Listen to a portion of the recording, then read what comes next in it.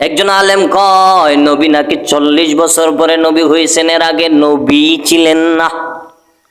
একটু চিন্তা করো বাবা, আমাদের আকাবির সুন্নিরা, যত উলামায়ে কেরাম আহলে সুন্নাত ওয়াল জামাত আছে, সবার আকীদা হলো আদম যখন সৃষ্টি না তখন আমার নবী ছিলেন।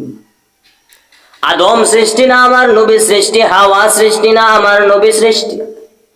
আরেকজন আলেম কেমনে আমার নবীর বিরুদ্ধে কথা কয় যে নবী 40 বছরের পরে নবী হইছেন, এর আগে তুমি নবী ছিলেন না। একটু চিন্তা করার দরকার। আমরা আহলে সুন্নাত ওয়াল জামাতের বড় বড় মাশায়েখ উলামায়ে কেরামরা বলছে শুক্রবারে কিছু হলো সংক্ষিপ্ত আকারে কথা বলার জন্য। কষ্ট নেবেন না যারা ওই শায়েখের ভক্ত যারা আছেন, আমি অনুরোধ করব বাবা, আমার নবীর চাইতে আপনাদের শায়েখ বড় হতে পারে না।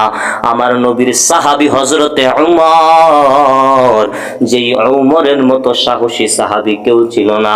অর্ধজাহানের খলিফা, অর্ধজাহানের বাদশা ছিলেন উমর। এই উমর যেই রাস্তা দিয়ে যাইতেন 40 দিন পর্যন্ত কোন হাদিস শরীফের মধ্যে আসছে, অথবা 40 হাত দূর দিয়া শয়তান দৌড়াইয়া চলে যাইতো। ওই উমরের মতো বান্দা আমার নবীর বিরুদ্ধে কথা বলার জন্য বাবা খাত্তাবকে গলা কেটে হত্যা করে ফেলছে। আজকে তুমি শায়েখের ভক্ত হইয়া রে বাবা আমার নবীর বিরুদ্ধে কিভাবে কথা বলো, আমার তো বুঝে আসে নাই। আমার মন বলে তোমার শায়েখের বিরুদ্ধে কথা বলার কারণে আমার আল্লাহ বেজার। আল্লাহ বলেছেন আমার বন্ধুরে কষ্ট দিবা তাহলে আমি আল্লাহ কষ্ট পাই। ও বান্দা, আসমান যখন সৃষ্টি না আমার আল্লাহ নবীরে বানাই রাখছে, জমিনও সৃষ্টি হয় নাই আমার আল্লাহ আপনার আমার পয়গম্বরকে বানাইয়া রাখছে।